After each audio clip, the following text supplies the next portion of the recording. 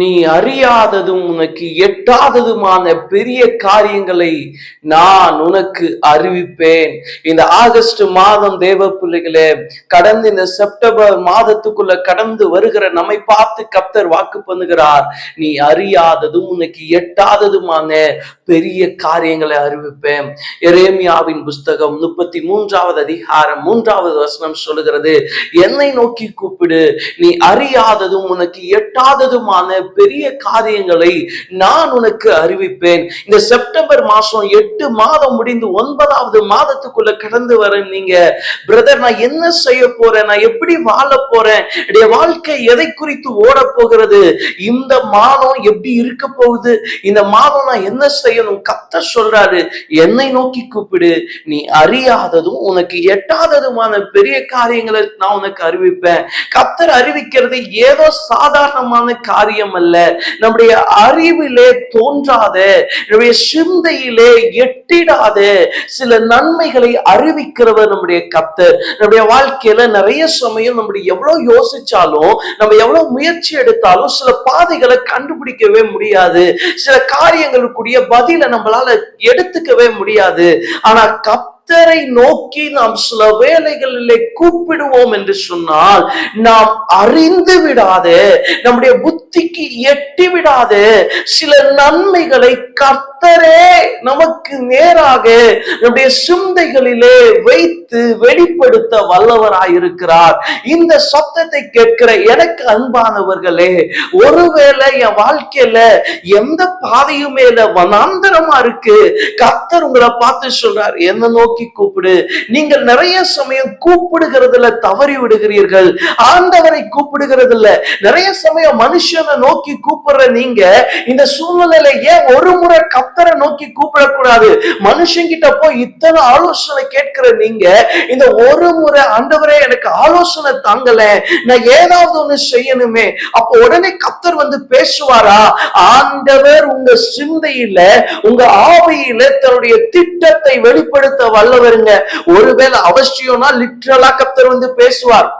ஒருவேளை அவசியம்னா ஆண்டவரை நேரடியா கடந்து வருவார், தூதன் அனுப்புவார். ஆனா இல்ல, ஆண்டவர் அது ஒரு தேவையில்லாத சூழ்நிலைன்னா உங்க இருதயத்துல தன்னுடைய திட்டத்தை வைக்க வல்லவருங்க. உங்க இருதயத்தில தன்னுடைய தரிசனத்தை வைக்க வல்லவர். ஆனா இன்னைக்கு நிறைய சமயம் என்ன பண்றது இல்ல, கர்த்தரை நோக்கி கூப்பிட மறந்து விடுகிறோம். இந்த செப்டம்பர் மாதம் நம் கர்த்தரை நோக்கி கூப்பிடுகிற மாதமா இருக்கட்டும், ஆண்டவரை நோக்கி அழைக்கிற மாதமா இருக்கட்டும், ஆண்டவர் தன்னுடைய பதில்களை அனுப்புகிற பாதமா இருக்கட்டும்.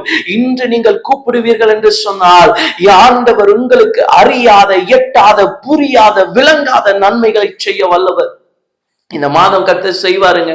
ஏதோ மாதம் வாக்கு தத்தத்தை நான் பெறேன், மாதம் வாக்கு தத்தத்தின் நடுவுல நான் கடந்து வரேன். ஆனா கர்த்தர் சொல்றார், நீங்க எத்தனை வாக்கு தத்தத்தை பெற்றீங்களோ இன்னைக்கு அவைகளுக்கு கொண்டு கர்த்தரை நோக்கி கூப்பிடுங்க, அவைகளை நினைவுல கொண்டு கர்த்தரை நோக்கி கூப்பிடுங்க. கர்த்தர் நிறைவேற்ற வல்லவர். இந்த நாளில கர்த்தர் உங்களை பார்த்து சொல்றாரு, என்ன நோக்கி கூப்பிடு. பல மனுஷங்களை நோக்கி கூப்பிடுற நீங்க, பல மனுஷங்களை தேடி ஓடுன நீங்க, இன்னைக்கு கர்த்தரை தேடி வாங்க. இன்னைக்கு கர்த்தரை நோக்கி கூப்பிடுங்க. ஆண்டவர் பதில் தர வல்லவராய் இருக்கிறார். இந்த மாதம் கர்த்தர் தெளிவாய் வாக்கு பண்ணுகிறார், நீ அறியாததும் உனக்கு எட்டாததுமான பெரிய காரியத்தை அறிவிப்பேன். ஆனால் நாம் கர்த்தரை நோக்கி கூப்பிடுவதிலே ரொம்ப கவனம் உள்ளவர்களாய் இருக்க வேண்டும். இதே எரேமியா 33வது அதிகாரத்துல ஆண்டவர் ஒரு 3 பெரிய காரியங்களை அறிவிக்கிறார். அந்த வார்த்தைகளை நான் சொல்லி உங்களை ஆசீர்வதித்து ஜெபிக்க நான் விரும்புகிறேன். வாசிக்கலாம். எரேமியா 33ல 9வது வசனம், நான் அவர்களுக்கு செய்யும் நன்மையை எல்லாம் கேட்க போகிற பூமியின் எல்லா ஜாதிகளுக்கு முன்பாக அது எனக்கு மகிழ்ச்சியுள்ள கீர்த்தியாயும் புகழ்ச்சியாயும் மகிமையாயும் இருக்கும். நான் அவர்களுக்கு அருளி செய்யும் எல்லா நன்மையின் நிமித்தமும் எல்லா சமாதானத்தின் நிமித்தமும் இவர்கள் பயந்து நடுங்குவார்கள் என்று இஸ்ரவேலின் தேவனாகிய கர்த்தர் சொல்லுகிறார். என்ன பெரிய காரியத்தை அறிவிப்பார்? அதே அதிகாரத்துல தேவ மனுஷனுக்கு கர்த்தர் ஒரு காரியத்தை அறிவிக்கிறார். இந்த ஜனங்களுக்கு நான் செய்ய போகிற ஒரு பெரிய காரியம் என்ன தெரியுமா? அது எனக்கு மகிமையை கொண்டு வருகிற பெரிய காரியம். நீங்க நிறைய சமயம் தாமதத்தின் நடுவுல நீங்க கடந்திருக்கலாம். ஆதாம் ஏவாளுடைய வாழ்க்கையை கத்தர் உருவாக்கினதுக்கு அப்புறம் ஆண்டவர் இந்த தோட்டத்தை நான் உங்க கையில தரேன், இந்த தோட்டத்தை நீங்க பாத்துக்கோங்க, இது நடுவுல இருக்கிற ஜீவ விருட்சத்தை மட்டும் நீங்க புசிச்சிடாதீங்க, ஏன்னா கத்தர் அதற்கு ஒரு காலம் வைத்திருந்தார், கத்தர் அதற்கு ஒரு நேரம் வைத்திருந்தார். ஆண்டவர் ஒருவேளை அவங்களுக்கு கொடுக்காம இருக்கணும்னு நினைச்சிருந்தாருன்னா கண்டிப்பா அதை உருவாக்கி இருக்க மாட்டார். கத்தர் அதை வச்சதுக்கு ஒரு நேரம் இருந்துச்சு, கத்தர் அதை கொடுக்கிறதுக்கு ஒரு காலம் இருந்துச்சு. அதே போலதான் தேவ பிள்ளைகளே, உங்கள் வாழ்விலே தேவன் செய்ய வேண்டிய நன்மைகளை செய்து முடிக்க நிறைய நேரங்களை வச்சிருக்கிறார், நிறைய காலங்களை வச்சிருக்கிறார்.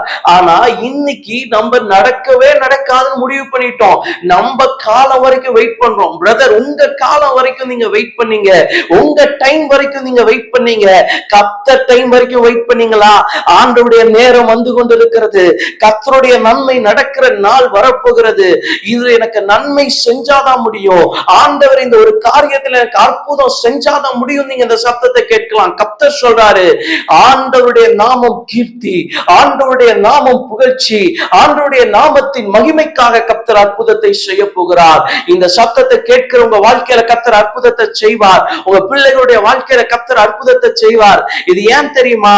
நம்ம அவருக்கு பயந்தோம், நம்ம ஆண்டவருக்காக நிக்கிறோங்கிறதுக்காக இல்ல, நம்முடைய பக்திக்காக இல்ல, நம்முடைய பரிசுத்தத்துக்காக இல்ல, நம்முடைய உண்மைக்காக இல்ல.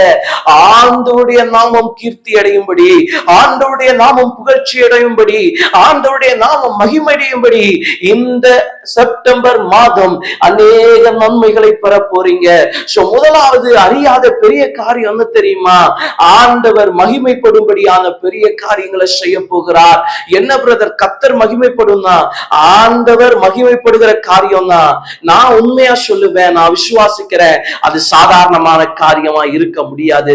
கர்த்தர் சாதாரணமான ஒரு விஷயத்தை செஞ்சு மகிமைப்படுகிறவர் அல்ல, அசாதாரணமான செய்ய முடியாத நம்ப முடியாத கிரியைகளை செஞ்சு வாய்ப்பே இல்லாத இடங்கள்ல வழிகளை உருவாக்கி நன்மையை செய்து மகிமைப்படுகிற தெய்வம் நம்முடைய தெய்வமே ஒழிய, எல்லா சாத்திய கூறுகளும் இருக்கும் போது, எல்லா வழியும் இருக்கும் போது, சாதாரணமா நடக்கும் போதே நான் செய்யறேன்னு சொல்லி உள்ள பூந்து செஞ்சு மகிமைப்படுகிற தெய்வம் நம்முடைய தேவன் அல்ல. சோ இந்த மாதம் எதெல்லாம் உங்க திராணிக்கு மிஞ்சி இருக்கோ, எதெல்லாம் உங்க பலத்தை மிஞ்சி இருக்குதோ, எதெல்லாம் உங்க திறமைகளை மிஞ்சி இருக்கோ, கர்த்தர் நன்மை செய்து அதிலே மகிமைப்பட விரும்புகிறார். கர்த்தருக்கு இடம் கொடுங்கள். கர்த்தர் உங்க பிசினஸ்ல மகிமைப்படுவார், கர்த்தர் உங்க ஊழியத்துல மகிமைப்படுவார், கர்த்தர் உங்க வேலையில மகிமைப்படுவார், கர்த்தர் உங்க படிப்புல மகிமைப்படுவார். பிரதர், என் பலனை மிஞ்சி இருக்கு, என் எஃபர்ட் போட்டாச்சு, என் முயற்சி போட்டாச்சு, இவ்வளவுதான் என் முயற்சி, ஆனா இதுக்கு மேல கர்த்தர் செஞ்சாதான் நடக்கும்னு இருக்கும்ல, அங்க வந்து நீங்க யாருன்னு இல்ல, யாருன்னு நிரூபணம் செய்யும்படி அற்புதம் செய்வார். நிறைய சமயம் நம்ம யாருன்னு நிரூபிக்க முயற்சி எடுக்கிறோம், ஆனா கர்த்தரோ தாம் யார் என்று நிரூபிக்கும்படி அற்புதங்களை செய்ய வல்லவர். இன்னைக்கு ஆண்டவருடைய சமூகத்துல என்ன யாருன்னு காட்டுங்கன்னு ஜெபம் பண்ணதெல்லாம் போதும், நீங்க யாருன்னு காட்டும்படி அற்புதங்களை செய்யுங்கன்னு சொல்லுங்க, கர்த்தர் அற்புதங்களை செய்வார். முதலாவது நம்முடைய பலனை மிஞ்சி இருக்கிற காரியங்களிலே பெரிய காரியங்களை நடப்பிப்பார். இரண்டாவது வேகமாய் வாசிக்கலாம். அதே அதிகாரத்துல 14வது வசனம், இதோ நாட்கள் வரும் என்று கர்த்தர் சொல்லுகிறார், அப்பொழுது நான் இஸ்ரவேலின் குடும்பத்துக்கும் யூதாவின் குடும்பத்திற்கும் சொன்ன நல்வார்த்தைகளை நிறைவேற்றுவேன். இந்த மாதம் கர்த்தர் சொல்றார், நல்வார்த்தைகளை நிறைவேற்றுவேன். இதுவரைக்கும் நிறைய வாக்குத்தத்தங்களை பெற்றாச்சு பிரதர், ஆனா வருஷங்கள் தாண்டியாச்சு, மாதங்கள் தாண்டியாச்சு, இன்னும் வாக்குத்தத்தங்கள் நிறைவேறவில்லை. கர்த்தர் சொல்றார், வாக்குத்தத்தின் பேர்ல என் ஜீவன் அனுப்புகிறேன், என் காற்று அனுப்புகிறேன், என் உயிரை அனுப்புகிறேன். அந்த வாக்குத்தத்தம் ஜீவன் பெற போகிறது. எந்த வாக்குத்தத்தம் எல்லாம் செத்து போச்சுன்னு சொன்னியோ, எந்த வாக்குத்தத்தம் எல்லாம் இனி உயிர் பெறாதுன்னு சொன்னீங்களோ, ஆண்டவர் சொல்லுகிறார், அந்த வாக்குத்தத்தங்கள் பேர்ல ஜீவனை அனுப்புகிறேன். பிரதர், சில வாக்குத்தத்தங்கள் நாம் பெற்று வருடங்கள் ஆச்சு, மாதங்கள் ஆச்சு, இன்னும் நிறைவேறல. கர்த்தர் சொல்லுகிறார், என் நல் வார்த்தைகளை நிறைவேற பண்ணுவேன். ஆபிரகாமும் சாராளுடைய வாழ்க்கையில பல வருடங்கள் வாக்குத்தத்தம் பண்ணப்பட்ட பிள்ளைக்காக காத்திரு இருக்கிறாங்க. வாக்குத்தத்தம் நிறைவேறவே இல்லை. பல காலம் பல சமயம் அவர்கள் ஒருவேளை சோர்ந்து போயிருக்கலாம், விட்டாய்த்து போயிருக்கலாம். ஆனா கர்த்தர் குறித்த நேரத்துல தம்முடைய நல்வார்த்தையை நிறைவேற்றுகிறவர். உங்க வாழ்க்கையில உங்களை கர்த்தர் ஒரு வார்த்தையை நம்ப பண்ணிட்டாருன்னா நான் நம்புறேன் அந்த வார்த்தை கண்டிப்பா நிறைவேறாம போகாது. நீங்க வசனிக்கும் போது, நீங்க தியானிக்கும் போது அந்த வார்த்தையில அக்கினி மூண்டுச்சுல்ல, அந்த வசனம் உங்களோடு பேசிச்சுல்ல, அப்புறம் எப்படி பிரதர் அந்த வசனம் உங்க வாழ்க்கையில நிறைவேறாம போகும்? சொன்னது மனுஷன் அல்ல, சொன்னது ஒரு உலகத்தின் மனிதன் அல்ல, தேவன் அதை செய்ய வல்லவர். எந்த தேவன் அந்த வார்த்தையை நம்ப பண்ணினாரோ அந்த தேவன் அந்த வார்த்தையை நிறைவேற்றுவார். எந்த தேவன் அந்த வாக்கு தத்தத்தின் பேர்ல உங்க இருதயத்தை சாய வைத்தாரோ, ஆண்டவர் உங்களை நயம் காட்டினார்ல, இந்த வசனத்தை நம்ப வச்சார்ல, நம்ப வச்சவர் சும்மா கடந்து போகிறவர் அல்ல, அதை நிறைவேற்ற வல்லவர். நம்முடைய ஆண்டவர் சும்மா வாக்குத்தத்தம் செய்ய மாத்திரம் வல்லவர் அல்ல. இன்னைக்கு நிறைய சமயம் நம்ம என்ன நினைச்சுக்கிறோம்னா கர்த்தர் வாக்கு பண்ண வல்லவர். இல்ல இல்ல, நம்முடைய ஆண்டவர் வாக்குத்தத்தம் செய்வதிலே மாத்திரம் வல்லவர் அல்ல, அதை நிறைவேற்றி முடிக்கவும் வல்லவர். நம்முடைய வாக்குத்தத்தங்களை எதையெல்லாம் கொடுத்திருக்கிறாரோ அவர் சொல்றதுக்கு மட்டும் பலன் உள்ளவர் இல்ல, அதை செஞ்சு முடிக்க வல்லவர். உலகத்துல இருக்கிற மனுஷன் கொடுக்கிற நம்பிக்கையான வார்த்தைகள் அது அவன் சொல்லுவதற்கு தான் வந்துட்டு பலன் உண்டு. மனுஷனுடைய வாழ்க்கையில ஒரு ப்ராமிஸ் கொடுக்கிறதுக்கு தாங்க மனுஷன் கிட்ட பலன் உண்டு, ஆனா அதை நிறைவேற்றுவதற்கு மனிதனுக்கு பலன் இல்ல. ஆனா என்னுடைய கர்த்தர் எப்படிப்பட்டவர் தெரியுமா? அந்த வாக்கு தத்தங்களை, அந்த வார்த்தைகளை நிறைவேற்ற வல்லவர். இன்னைக்கு நிறைவேற்ற வல்லவர் உங்க கரத்தை பிடித்து சொல்லுகிறார், வாக்கு தத்தங்கள் நிறைவேறும், சோர்ந்து போகாதே. இந்த மாதம் நீ இழந்து போன சகல வாக்கு தத்தங்களையும் திரும்ப கர்த்தர் உயிர்ப்பிக்க போகிறார், திரும்ப கர்த்தர் வாழ்க்கை பண்ண போகிறார். முதலாவது அவருடைய நாம மகிமைக்காய் கிரியை செய்கிறவர், இரண்டாவது வாக்கு தத்தங்களை நிறைவேற்றுகிறவர், மூன்றாவது அதே அதிகாரத்துல 22வது வசனம், வானத்து நட்சத்திரங்களை எண்ணப்படாததும் கடற்கரை மணல் அளக்கப்படாததுமாய் இருக்கிறது போல நான் என் தாசனாகிய தாவீதின் சந்ததியை எனக்கு ஊழியம் செய்கிற லேவியரையும் வர்த்திக்க பண்ணுவேன் என்று கர்த்தர் சொல்லுகிறார். மூன்றாவது கர்த்தர் சொல்லுகிற நன்மை என்ன தெரியுமா? ஒரு பெரிய வர்த்திப்ப, ஒரு பெரிய பெருக்கத்தை கர்த்தர் கட்டளையிட போகிறார். இந்த மாதம் நீங்க பெருக போறீங்க. இந்த மாதம் கர்த்தர் ஒரு பெரிய மல்டிப்ளிகேஷனை தரப்போறார். உங்க ஊழியத்துல இதுவரைக்கும் நீங்க காணாத ஆத்துமாக்கள் வரப்போகிறார்கள். இதுவரை நீங்கள் பார்க்காத எல்லை விரிவாக்கங்கள் உங்க ஊழியத்துல பார்க்க போறீங்க. உங்க ஊழியத்துடைய தரிசன எல்லைகளை கர்த்தர் விரிவு செய்கிறார். உங்களுடைய ஊழியம் அடுத்த பரிணாமத்திற்குள்ள கடந்து போக போகிறது. ஏன் என்று சொன்னால் கர்த்தர் வாக்கு பண்ணுகிறார். கர்த்தர் உங்கள் ஊழிய எல்லைகளை விஸ்தாரமாக்க போகிறார். உங்கள் தரிசன எல்லைகளை விஸ்தாரமாக்க போகிறார். தேவ பிள்ளை ஆயத்தமா இருக்கிறீங்களா? கர்த்தரை நோக்கி கூப்பிடுங்க. கர்த்தர் பெருக செய்ய போகிறார். கர்த்தர் எல்லைகளை சுதந்திரிக்க வைக்க போகிறார். கர்த்தர் எல்லைகளை பெரிதாக்க போகிறார். ஆண்டவருடைய சமூகத்தில இப்பொழுது நோக்கி பாருங்க, ஆண்டவரை நோக்கி கூப்பிடுங்க. உங்க எல்லைகள், பிரதர் என் ஊழிய எல்லை முடங்கி இருக்கு பிரதர், இதுவரைக்கும் வளர்ச்சியவே நான் பார்க்கல. கர்த்தர் இந்த மாதம் சொல்லுகிறார், ஒரு பெரிய வளர்ச்சியை நான் அனுப்ப போகிறேன், ஒரு பெரிய விரிவாக்கத்தை நான் அனுப்ப போகிறேன்.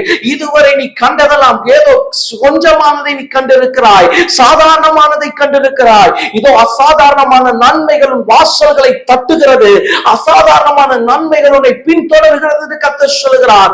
வர்த்திக்கப்படுகிற நன்மைகளை கர்த்தர் செய்ய போகிறார். நிறைய பேர் பிசினஸ்ல முடங்கி இருக்கிறீங்கல்ல, உங்க பிசினஸ் இதுவரைக்கும் ஆசீர்வதிக்கப்பட்டதெல்லாம் கொஞ்சங்க, இன்னைக்கு கர்த்தர் அனுப்ப போகிறார். இந்த மாதம் பெரிய விரிவாக்கம், பெரிய வர்த்திப்பு இந்த செப்டம்பர் மாசம் கர்த்தர் நிறைவேற்ற போகிறார். விசுவாசிச்சீங்கன்னா கர்த்தருடைய மகிமையை பார்ப்பீங்க. உங்களுடைய எல்லா படிப்பின் காரியத்துல, உலக காரியங்கள்ல கர்த்தர் ஒரு பெரிய வர்த்திப்பை கட்டளையிட போகிறார். மூன்று காரியம் மகிமைப்படும்படி அற்புதம். அடுத்ததாக ஆண்டவர் நம்மோடு பேசினது வாக்கு தத்தங்களை நிறைவேற பண்ணுகிற பெரிய காரியம். மூன்றாவதாக கர்த்தர் பேசினது வர்த்திக்கப்படுகிற பெரிய காரியம். இந்த மாதம் நடக்கும், விசுவாசிக்கலாம். தகப்பனே ஸ்தோத்தரிக்கிறோம். இந்த செப்டம்பர் மாசத்துல ஆண்டவரே நீங்க கொடுத்த வாக்கு தத்தத்திற்காய் ஸ்தோத்திரம். என்னை நோக்கி கூப்பிடு, நீ அறியாதும் உனக்கு எட்டாதுமான பெரிய காரியத்தை அறிவிப்பேன்.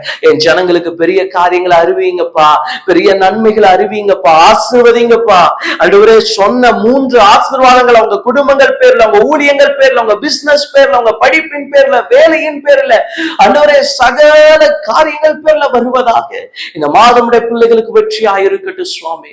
நல் வார்த்தைகளை கத்த நிறைவேறி மகிழ பண்ணுங்க. கிருபை தாங்கட்டும். இயேசுவின் நாமத்தில் பிதாவே, ஆமென். God bless you.